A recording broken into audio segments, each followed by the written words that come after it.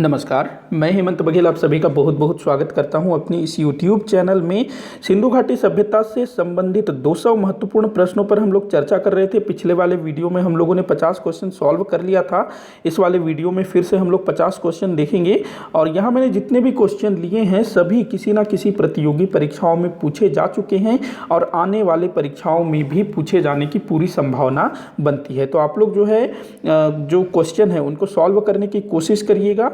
तो वीडियो को एंड तक जरूर देखिएगा, अच्छा लगे तो लाइक और शेयर भी करिएगा। तो चलिए शुरू करते हैं। तो सबसे पहला क्वेश्चन मैंने यहाँ लिया है, पाकिस्तान के मोंटगोमरी जिले से सिंधु सभ्यता का कौन सा पुरा स्थल प्राप्त हुआ है। तो देखिए मोंटगोमरी ये जो है पाकिस्तान के पंजाब प्रांत का एक जिला है। तो यहाँ से कौन सा पुरा स्थल प्राप्त हुआ है, हड़प्पा। यही सबसे पहला खोजा गया पुरा स्थल है। तो मोंटगोमरी जिले से ये प्राप्त हुआ है, बार बार पूछा जाता है। और ये रावी नदी के तट पर है। किसने खोजा था, तो राय बहादुर दयाराम साहनी ने सबसे पहले खोजा गया ये पुरा स्थल है। दूसरा क्वेश्चन है, हड़प्पा से प्राप्त दुर्ग टीले को क्या नाम दिया गया है। तो देखिए हड़प्पा से 2 टीले प्राप्त हुए हैं, उनमें से एक टीले में दुर्ग प्राप्त हुआ, दूसरे में नगर प्राप्त हुआ। नॉर्मली ना सिंधु घाटी सभ्यता में जितने भी नगर प्राप्त हुए हैं उसमें लगभग यही कॉमन चीज़ है, मतलब 2 टीले मिलते हैं और एक में जो है दुर्ग, एक में नगर होता है।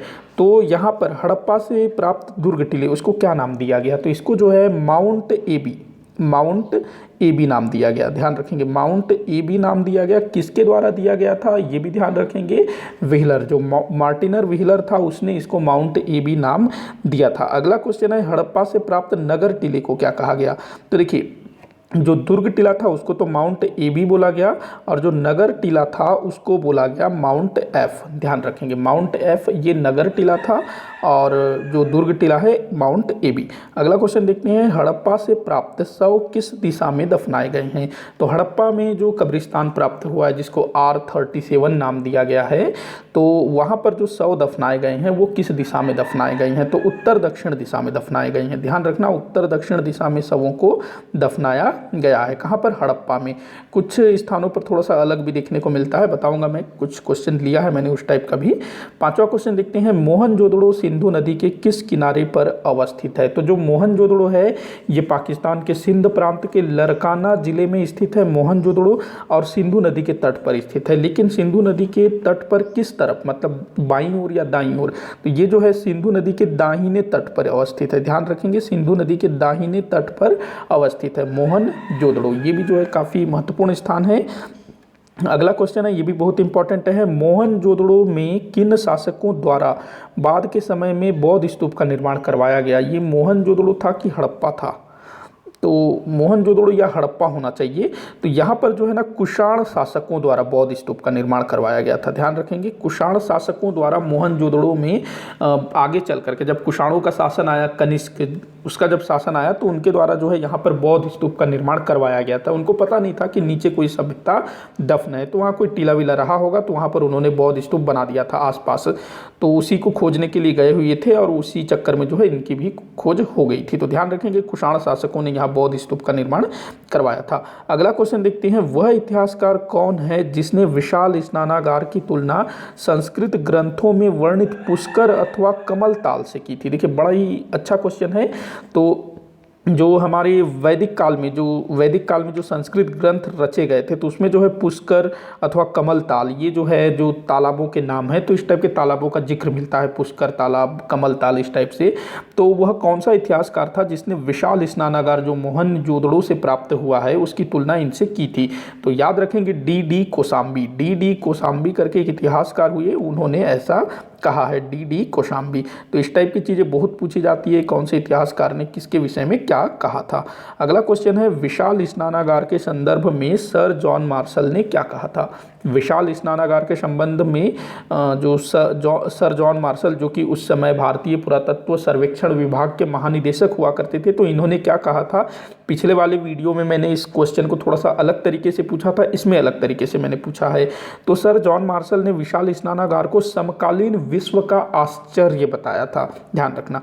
अगला क्वेश्चन है, सिंधु सभ्यता का सबसे बड़ा भवन किसे माना जाता है। सिंधु सभ्यता में अब तक प्राप्त सबसे विशालकाय भवन कौन सा है, तो ये अन्नागार है। ध्यान रखेंगे अन्नागार अन्नागार जो मोहनजोदड़ो से प्राप्त हुआ है वो सबसे विशाल भवन है अभी तक जो मिला है। अगला क्वेश्चन है, सिंधु सभ्यता के अलावा अन्नागार समकालीन दूसरे किन सभ्यताओं में भी देखने को मिलता है। मतलब हमारी जो सिंधु घाटी सभ्यता है वहाँ पर अन्नागार मिलता है अनाज रखने के लिए, तो उसके अलावा सिंधु घाटी सभ्यता के अलावा उस समय जो मिस्र, मेसोपोटामिया, चीन, सुमेरिया, यूनान जैसी सभ्यताएं थी, तो इनमें से और किन सभ्यताओं में अन्नागार देखने को मिलता है। तो पहला याद रखेंगे मिस्र, वही नील नदी के तट में मिस्र की सभ्यता उपजी थी। उसके बाद दूसरा मेसोपोटामिया।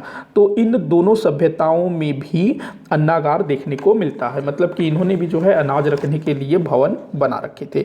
अगला क्वेश्चन है, मोहनजोदड़ो से प्राप्त विशाल अन्नागार को किस इतिहासकार द्वारा अन्नागार की संज्ञा दी गई। देखिए, जो अपना क्या कहते हैं सिंधु घाटी सभ्यता से जो भी चीज़ें प्राप्त हुई है उसमें कहीं ऐसा लिखा नहीं है कि ये अन्नागार है, ये सभा भवन है, क्योंकि उस समय की जो लिपि है उसको तो पढ़ा नहीं जा सका है। तो अनुमान लगा रहे हैं उसको देखने के हिसाब से, मतलब किस टाइप से बना है उसके आधार पर इतिहासकार अनुमान लगाते हैं कि ये क्या चीज़ हो सकता है।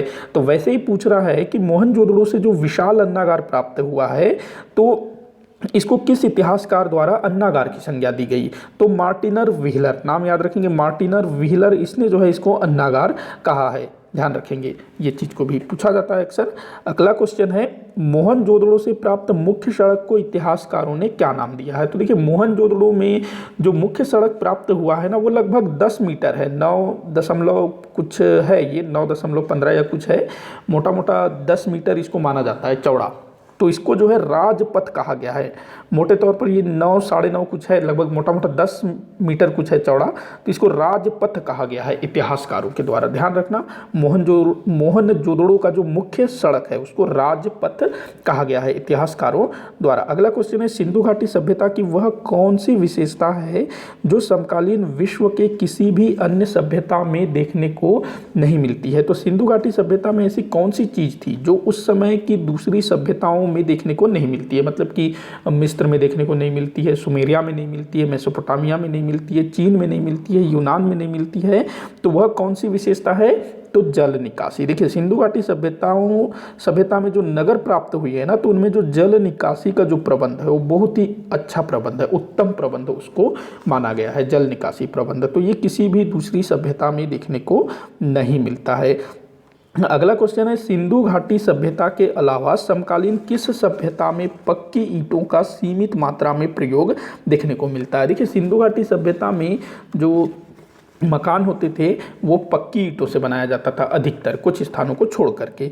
तो आपको बताना है कि उस समय मतलब समकालीन जो दूसरी सभ्यताएं थी कहाँ पर पक्की ईंटों का सीमित मात्रा में प्रयोग देखने को मिलता है, मतलब व्यापक नहीं, सीमित, बहुत कम। तो ये है मेसोपोटामिया। मेसोपोटामिया के कुछ स्थानों में ना पक्की ईंटों का प्रयोग देखने को मिलता है, लेकिन बहुत कम देखने को मिलता है। तो ध्यान रखना, मेसोपोटामिया में पक्की ईंटों के प्रयोग के साक्ष्य मिलते हैं। अगला क्वेश्चन है, सामान्यतः सिंधु घाटी सभ्यता के सभी नगरों के मकानों के दरवाजे एवं खिड़कियां मुख्य सड़क की ओर नहीं खुलती थी, इसका कारण क्या था। तो देखिए, सिंधु घाटी सभ्यता में जितने भी नगर प्राप्त हुए हैं, वहाँ पर जो भी मकान प्राप्त हुए हैं, उनके जो दरवाजे हैं, खिड़कियों के जो दरवाजे हैं, वो मुख्य सड़क की ओर नहीं खुलते थे, वो जो है पीछे की तरफ खुलते थे, छोटी गलियों की तरफ खुलते थे, लेकिन मुख्य सड़क की ओर नहीं खुलते थे। इसका मुख्य कारण क्या था, ये आप लोगों को बताना है। तो इसका मुख्य कारण था स्वच्छता, साफ सफाई, स्वास्थ्य। मतलब जो मुख्य सड़क वहाँ, मतलब मुख्य सड़क है तो वहाँ पर जो है लोगों की आवाजाही बहुत ज़्यादा होगी, तो धूल मिट्टी शोर ये सब जो है अंदर आएगा। तो इस चीज़ से बचने के लिए सिंधुवासी ऐसा करते थे। तो ध्यान रखेंगे, मतलब वो लोग काफ़ी समझदार थे और वो लोग जो है स्वास्थ्य, सफाई, इन सब चीज़ों को समझते थे। एकमात्र स्थल है जहाँ पर इसका उल्टा देखने को मिलता है, लोथल। वहाँ पर क्या है, जो मकान के जो दरवाजे हैं, खिड़की के जो दरवाजे हैं, वो मुख्य सड़क की ओर खुलते हैं, लेकिन बाकी किसी भी स्थान में ऐसा देखने को नहीं मिलता है। जो दरवाजे के हैं, खिड़कियों के दरवाजे हैं, वो अंदर की तरफ ही खुलते हैं, गलियों की तरफ ही खुलते हैं। अगला क्वेश्चन है, सिंधु सभ्यता कालीन मोहरे, ये मोहरे हैं, किससे बनाई जाती थी। तो सिंधु सभ्यता की अधिकांश मोहरे जो है सैल खड़ी से बनाई जाती थी। सैल खड़ी, ध्यान रखेंगे, बहुत बार ये पूछा गया है, सैल खड़ी से जो है अधिकांश मोहरे बनाई जाती थी। अगला क्वेश्चन देखते हैं, मोहनजोदड़ो से प्राप्त सभा भवन को माफ़ी चाहूँगा, एक मिनट, हाँ, मोहनजोदड़ो से प्राप्त सभा भवन को किस इतिहासकार द्वारा शॉपिंग कॉम्प्लेक्स की संज्ञा दी गई है। तो देखिए मोहनजोदड़ो से जो है एक अन्नागार प्राप्त हुआ है, उसके अलावा एक पुरोहित आवास प्राप्त हुआ है और एक सभा भवन प्राप्त हुआ है। मतलब सभा भवन मतलब उसमें जो प्रशासनिक अधिकारी बैठ करके उसमें मीटिंग वगैरह किया करते थे। तो ऐसा कौन सा इतिहासकार है जिसने इस सभा भवन को शॉपिंग कॉम्प्लेक्स, मतलब कि वहाँ बाजार लगता था, तो किसने कहा है? तो मैके, एक इतिहासकार है मैके, अर्नेस्ट मैके इसका पूरा नाम है, अर्नेस्ट मैके। तो इसने जो है इस सभा भवन को शॉपिंग कॉम्प्लेक्स की संज्ञा दी है। मतलब उसका कहना है कि यहाँ पर बाजार लगता रहा होगा, क्योंकि वो जो सभा भवन है ना उसमें बड़े बड़े विशाल खंबे हैं और उसका जो छत है काफ़ी अच्छा बड़ा है, मतलब एकदम कॉम्प्लेक्स टाइप का है, तो उसी से वो बोलता होगा। लेकिन अधिकतर इतिहासकार जो है इसको सभा भवन ही कहते हैं। अगला क्वेश्चन देखते हैं, मोहनजोदड़ो से प्राप्त योगी की मूर्ति का संबंध वैदिक कालीन किस देवता से जोड़ा जाता है? तो ये थोड़ा सा ना मिस्टेक कर दिया है मैंने। जो योगी की जो प्रतिमा प्राप्त हुई है ना, जो मूर्ति प्राप्त हुई है, वो तो ठीक है योगी जैसा है। यहाँ योगी के स्थान पर जो पशुपति की जो चित्र प्राप्त हुआ है, एक मोहर प्राप्त हुआ है मोहनजोदड़ो से, एक मोहर, और उस मोहर में ना पशुपति शिव के समान एक चित्र अंकित है और उसका संबंध जो है पशुपति शिव से जोड़ा जाता है। तो इस वाले क्वेश्चन को हम लोग जो है स्किप कर देते हैं। जो योगी की मूर्ति प्राप्त हुई है मोहनजोदड़ो से ये तो ठीक है, लेकिन उसका संबंध हम लोग पशुपति शिव से नहीं जोड़ सकते। बाकी जो मोहर प्राप्त हुआ है, मतलब एक मोहर में पशुपति शिव जैसा दिखने वाला एक चित्र अंकित है, उसको पशुपति शिव बोला जाता है। अगला क्वेश्चन है, कौन सा पुरा स्थल औद्योगिक केंद्र था? तो जो चहुंदड़ो है उसको औद्योगिक केंद्र की संज्ञा दी गई है। चहुंदड़ो जो कि सिंधु नदी के तट पर पाकिस्तान के सिंध प्रांत में अवस्थित है चहुंदड़ो, तो इसको जो है औद्योगिक केंद्र कहा जाता है। यहाँ से जो है जो मनका बनाने का कारखाना प्राप्त हुआ है और यहीं से जो है प्रसाधन की सामग्री भी प्राप्त हुई है, मतलब कि लाली लिपस्टिक टाइप की चीज़ें यहाँ से मिली है। अगला क्वेश्चन देखते हैं 20वां क्वेश्चन, चहुंदड़ो से कुछ विशेष प्रकार की ईंटें प्राप्त हुई है, उनका आकार कैसा है? तो देखिए चहुंदड़ो एकमात्र वह स्थल है जहाँ से वक्राकार ईंटें प्राप्त हुई है, वक्राकार ईंटें प्राप्त हुई है, मतलब कुछ इस टाइप की ईंटें, मतलब उसका जो कोना है ना वो एकदम नुकीला नहीं है, जैसे इस टाइप से होता है ना नॉर्मली, ऐसा नहीं है, थोड़ा सा गोल है, कर्व इस टाइप से ऐसे, तो ध्यान रखेंगे। तो इस टाइप का वक्राकार ईंटें कहाँ से प्राप्त हुई है? चहुंदड़ो से, एकमात्र स्थल है, ध्यान रखना। अगला क्वेश्चन देखते हैं, मनका बनाने का कारखाना किस पुरा स्थल से प्राप्त हुआ है? तो चहुंदड़ो, वहीं से जो है मनका बनाने का कारखाना प्राप्त हुआ है चहुंदड़ो से। अगला क्वेश्चन देखते हैं, हड़प्पा सभ्यता का एकमात्र वह स्थल जहाँ से कृषि के साक्ष्य प्राप्त हुए हैं। तो कृषि के साक्ष्य कहाँ से प्राप्त हुआ है? कालीबंगा, कालीबंगा जो कि राजस्थान के गंगानगर में है कालीबंगा, तो यहाँ से जो है कृषि के साक्ष्य प्राप्त हुए हैं। क्या प्राप्त हुआ है? जुते हुए खेत के साक्ष्य, ऐसा स्थान प्राप्त हुआ है जहाँ पर जुताई किया हुआ है, इस टाइप का चीज़ दिखा है। तो जुते हुए खेत के साक्ष्य मिलते हैं कालीबंगा में, तो इसी से यहाँ बोला जाता है कि कृषि का एकमात्र साक्ष्य जो कालीबंगा से देखने को मिलता है।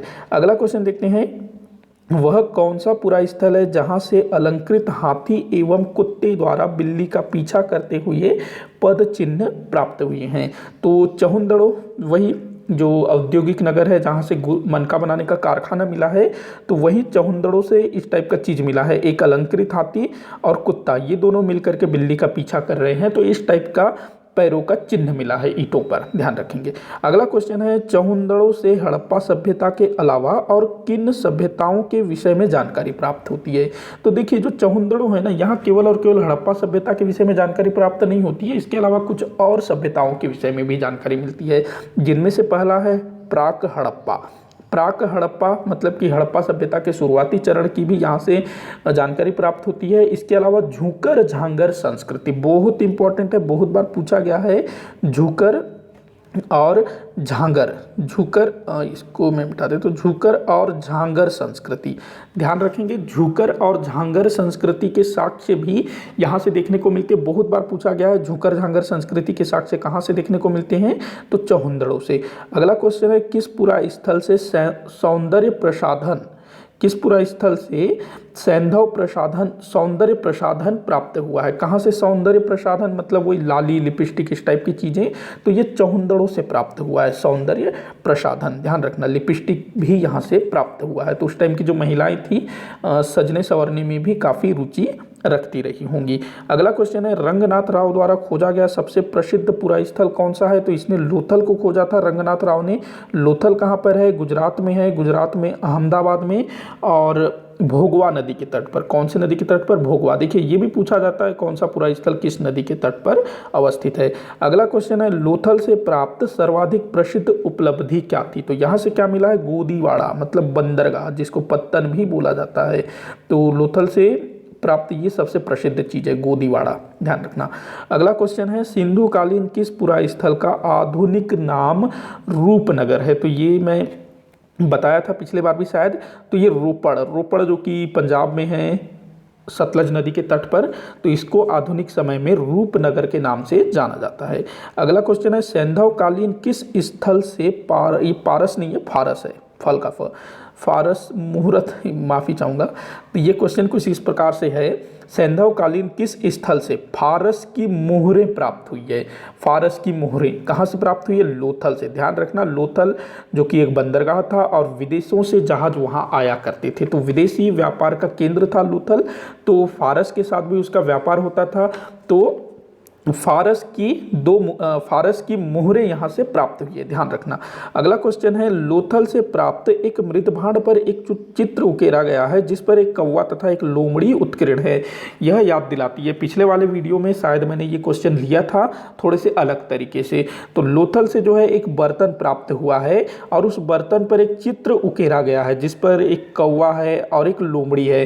तो यह किसकी याद दिलाती है? पंचतंत्र की कथा की याद दिलाती है, चालाक लोमड़ी।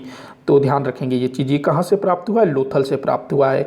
अगला क्वेश्चन है सिंधु घाटी सभ्यता का एकमात्र पुरा स्थल जहाँ से अनाज पीसने के 2 पार्ट प्राप्त हुए हैं। अनाज पीसने के 2 पार्ट मतलब जिसमें मतलब गेहूँ वगैरह पीसा जाता रहा होगा, तो उसको पीसने के लिए जो पाटे हैं, ऐसा जो पाटा होता है, तो पता नहीं इसमें किस टाइप से पीसा जाता है, पहले होता था। तो ये कहाँ से प्राप्त हुआ है? लोथल से। ध्यान रखना एकमात्र स्थल है जहाँ से अनाज पीसने के पार्ट प्राप्त हुए हैं, लोथल। अगला क्वेश्चन है सिंधु सभ्यता का वह पूरा स्थल जहाँ से अग्नि वेदिकाओं के साक्ष्य प्राप्त हुए हैं। अग्नि वेदिकाएं तो कहाँ से मिली है अग्नि वेदिकाएं? तो एक तो कालीबंगा से मिलती है, इसके अलावा लोथल से भी अग्नि वेदिकाएं प्राप्त हुई है। अग्नि वेदिका क्या होता है? जो वैदिक काल में जहाँ पर वैदिक कार्य बैठ करके यज्ञ किया करते थे, तो उस टाइप का चीज़ यहाँ प्राप्त हुआ है। कहाँ से? लोथल और कालीबंगा से। ध्यान रखना है 2 स्थानों से अग्नि वेदिकाएं प्राप्त हुई है, कालीबंगा राजस्थान, लोथल गुजरात। अगला क्वेश्चन देखते हैं सैंधव कालीन किन पुरा स्थलों से अन्नागार के साक्ष्य प्राप्त हुए हैं? अन्नागार जो विशाल अन्नागार है वो मोहनजोदड़ो से प्राप्त होता है, लेकिन मोहनजोदड़ो के अलावा भी दूसरे पुरा स्थलों से अन्नागार के साक्ष्य प्राप्त हुए हैं। तो मोहनजोदड़ो के अलावा हड़प्पा, वहाँ से भी मिलते हैं अन्नागार, लोथल से भी अन्नागार मिला है, कालीबंगा से भी अन्नागार मिला है। तो 4 स्थानों के नाम याद रखेंगे, मोहनजोदड़ो, हड़प्पा, लोथल और कालीबंगा। इन चारों स्थलों से अन्नागार प्राप्त हुए हैं। अगला क्वेश्चन है सैंधव कालीन किस पुरा स्थल से दिशा मापक यंत्र प्राप्त हुआ है? तो ये लोथल से मिला है दिशा मापक यंत्र, मतलब कि जो समुद्री यात्रा करते रहे होंगे वो लोग इस दिशा मापक यंत्र का प्रयोग करते रहे होंगे। अगला क्वेश्चन है लोथल से प्राप्त गोदीवाड़ा को किसने गोदीवाड़ा की संज्ञा दी है? मतलब यहाँ से जो बंदरगाह प्राप्त हुआ लोथल से, उसको किसने बोला कि ये बंदरगाह है? तो ये रंगनाथ राव जिसने लोथल की खोज की थी, तो उसने ही जो है इसको गोदीवाड़ा कहा। अगला क्वेश्चन है रंगनाथ राव द्वारा किस पुरा स्थल को लघु हड़प्पा अथवा लघु मोहनजोदड़ो कहा गया? मतलब रंगनाथ राव जिसने लोथल की खोज की, उसने किस स्थान के लिए यह कहा कि ये जो है एक प्रकार से छोटा हड़प्पा अथवा छोटा मोहनजोदड़ो हो सकता है। किस स्थान के संबंध में कहा गया है? तो लोथल। देखिए लोथल से जो है बहुत कुछ मिला है, इसी कारण से रंगनाथ राव ने ये कहा कि ये जो लोथल है ये लघु हड़प्पा और लघु मोहनजोदड़ो जैसा है। अगला क्वेश्चन है राजस्थान के गंगानगर जिले से प्राप्त सैंधव कालीन पुरा स्थल है। तो बार बार मैं बोल रहा हूँ राजस्थान से जो कालीबंगा है वहाँ से जो है सैंधव कालीन पुरा स्थल प्राप्त हुए हैं, ध्यान रखना कालीबंगा। अगला क्वेश्चन है हड़प्पा संस्कृति के तीनों स्तरों के साक्ष्य कहाँ से प्राप्त हुए हैं? मतलब कि प्राक हड़प्पा, विकसित हड़प्पा और उत्तर हड़प्पा। देखिए किसी भी सभ्यता का जो है 3 चरण होता है, एक प्राक मतलब शुरुआती चरण, उसके बाद उसका विकसित, उसके बाद फिर आखिर में उत्तर मतलब कि उसका जो अवसान हो जाना। तो तीनों चरण हड़प्पा संस्कृति के तीनों चरण, प्राक हड़प्पा, विकसित हड़प्पा और उत्तर हड़प्पा संस्कृति कहाँ देखने को मिलती है? बनावली। बनावली कहाँ पर है? ये है अपना हरियाणा में है, ध्यान रखना बनावली हरियाणा में है। तो वहाँ से जो है हड़प्पा सभ्यता या फिर सैंधव सभ्यता के तीनों स्तरों को देखने को मिलता है, तीनों स्तरों के साक्ष्य प्राप्त हुए हैं। अगला क्वेश्चन है हड़प्पा सभ्यता का सर्वाधिक पश्चिमी पुरा स्थल किस समुद्र तट पर है? समुद्र तट पूछ रहा हूँ। वैसे हड़प्पा सभ्यता का सर्वाधिक पश्चिमी पुरा स्थल कौन सा है? सुतकागेंडोर। सुतकागेंडोर कहाँ पर अवस्थित है? मकरान समुद्र तट में। ध्यान रखेंगे, मकरान समुद्र तट ये सिंधु सभ्यता का सर्वाधिक पश्चिमी पुरा स्थल था। तो ये जो है पाकिस्तान के बलूचिस्तान प्रांत में है मकरान, और मकरान में जो है सुतकागेंडोर प्रमुख पुरा स्थल है। अगला क्वेश्चन देखेंगे, देखते हैं सिंधु कालीन किस पुरा स्थल से अलंकृत ईंटों के साक्ष्य प्राप्त हुए हैं? बहुत बार पूछा गया क्वेश्चन है कालीबंगा। कालीबंगा वही जो राजस्थान में स्थित है। तो कालीबंगा से अलंकृत ईंटें प्राप्त हुई है, इसके अलावा कहीं से भी नहीं मिला है। अगला क्वेश्चन है कालीबंगा का शाब्दिक अर्थ क्या होता है? तो कालीबंगा का शाब्दिक अर्थ होता है काले रंग की चूड़ियाँ। देखिए कालीबंगा तो काले रंग की चूड़ियाँ, तो बंगा से आप जो है बैंगल, अंग्रेजी में बैंगल, तो काले रंग की चूड़ियाँ कालीबंगा का मतलब होता है। अगला क्वेश्चन है कौन सा पुरा स्थल गंगा यमुना के दोआब पर अवस्थित है? तो ये भी मैं बता चुका हूँ कौन सा पुरा स्थल है जो गंगा यमुना के दोआब पर स्थित है। तो आलमगीरपुर। आलमगीरपुर के अलावा एक और स्थान का नाम याद रखेंगे, हुलास। ये दो स्थान है, हुलास और आलमगीरपुर, जो कि गंगा यमुना के दोआब पर अवस्थित है। अगला क्वेश्चन भूकंप के प्राचीनतम साक्ष्य किस पुरा स्थल से देखने को मिलते हैं? देखिए भूकंप के प्राचीनतम साक्ष्य पता नहीं किस टाइप से देखने को मिला होगा, तो ये कालीबंगा से मिला है भूकंप के प्राचीनतम साक्ष्य।